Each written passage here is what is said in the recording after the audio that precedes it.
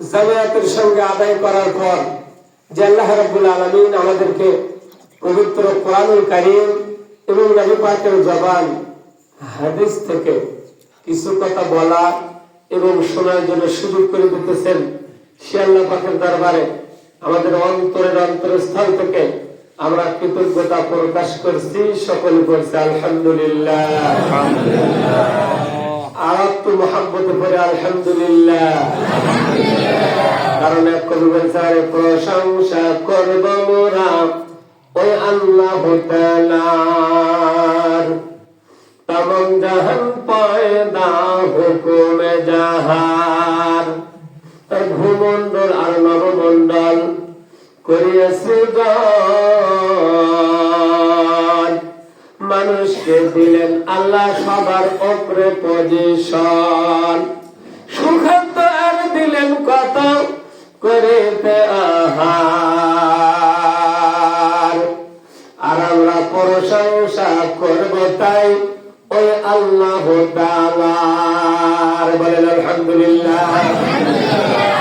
তিক্ত মিষ্ট ঝাল মশলা দুধ মধু চিনি আর মাছ মাংস ফলমূল কতই দিলেন তিনি। উদ্দেশ্য শুধু করবে বান্দা আর বন্দেগি মাওলা,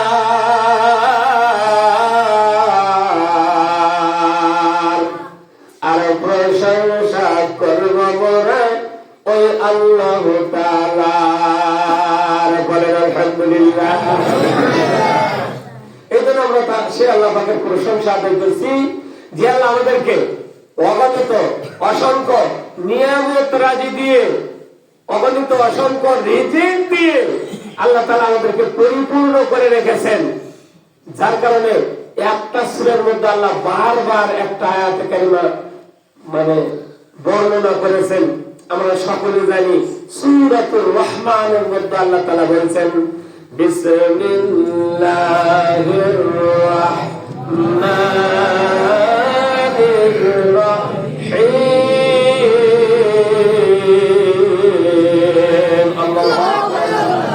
ফাবি আইয়ি আলা'i রাব্বিকুমা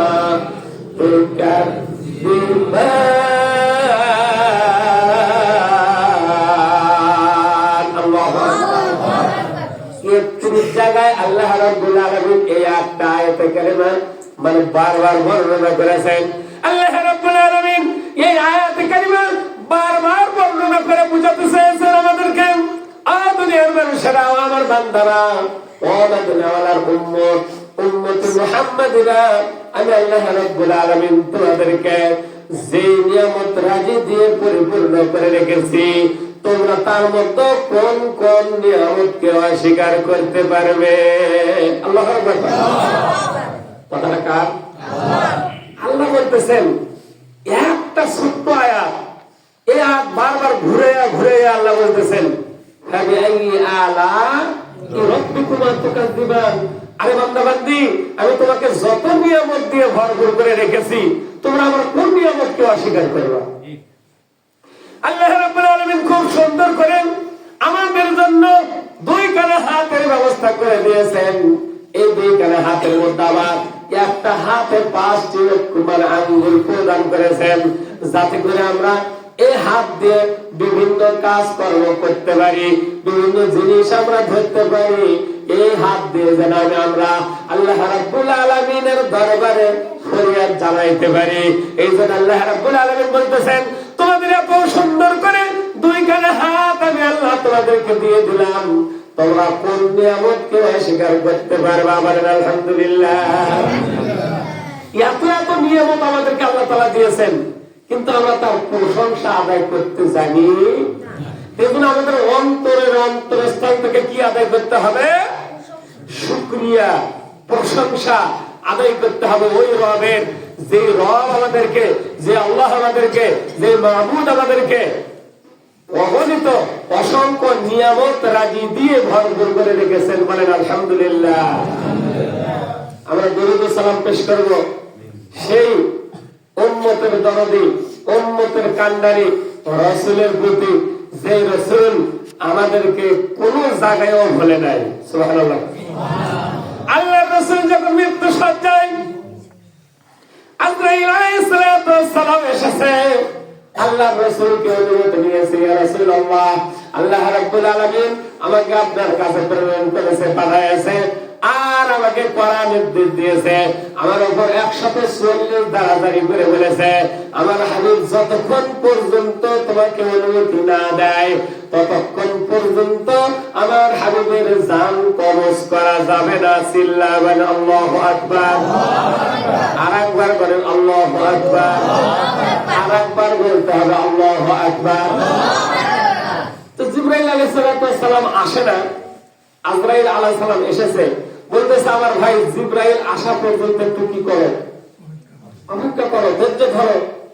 কিছুক্ষণ পর জিবরাইল আলাইহিস সালাম এসে হাজির হয়েছে, বলতেছে ও ভাই জিবরাইল, আমি তো আল্লাহর সান্নিধ্যে চলে যাব, আমার কোনো আফসোস নাই, কিন্তু আমার একটা মাত্র আফসোস, সেটা হলো আমার অগণিত অসংখ্য উম্মতে মুহাম্মাদি আছে, আমার যারা অনুসারী আছে তাদেরকে আমি কোথায় রেখে যাব, কার কাছে রেখে যাব? কোন সুবহানাল্লাহ।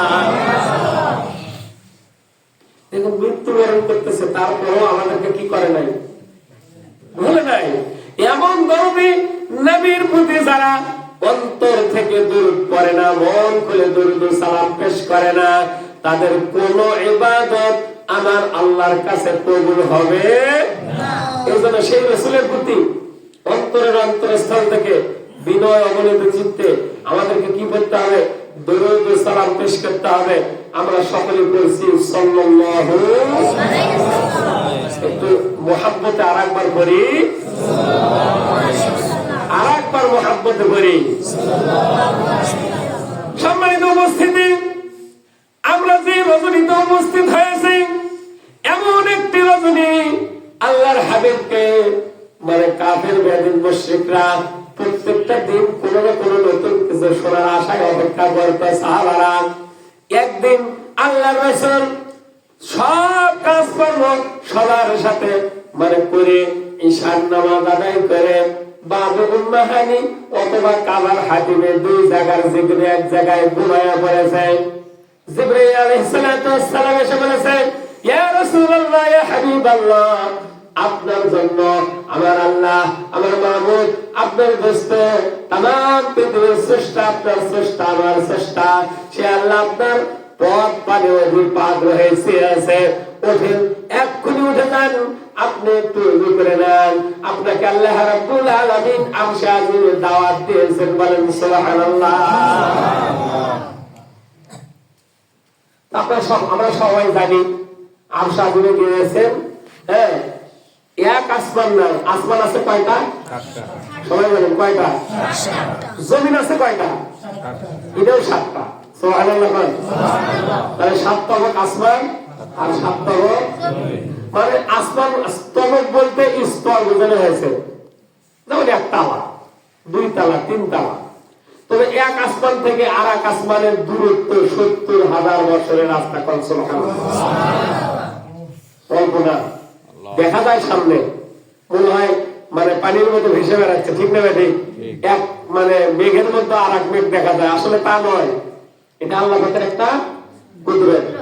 আসমানটাকে আল্লাহ তাআলা কেন বানাইলেন? আমাদের জন্য বিনা খুঁটিতে আল্লাহ রাব্বুল আলামিন একটা ব্যবস্থা করলেন। আমরা একটা ঘর বানাইলে সেইখানে সর্বনিম্ন 4 4টা কি দিতে হয়? পিলার দিতে হয়। আবার মাঝখানে আরেকটা পিলার দিতে হয়। বলেন ঠিক না ঠিক? কিন্তু আল্লাহ রাব্বুল আলামিন এত বড় আসমান, এত দূরত্ব, এত দূরত্ব আসমানকে আল্লাহ রাব্বুল আলামিন তার কুদরতে খুঁটিবিহীন অবস্থায় দাঁড় করে রেখেছেন। সুবহানাল্লাহ। সেই এক আসমান থেকে দ্বিতীয় আসমান, তৃতীয় আসমান, চতুর্থ আসমান, পঞ্চম আসমান, ষষ্ঠ আসমান, সপ্তম আসমান আল্লাহ রাব্বুল আলামিন তার হাবিবকে এক এক করে করে করে করে সিদরাতুল মুনতাহা বর্ডার এলাকা ক্রস করে আমার আল্লাহ রাব্বুল আলামিন পাশাপাশি বসে গল্প করার জন্য দাওয়াত দিয়ে দিয়েছেন। বলেন মারহাবা। এই জন্য আমি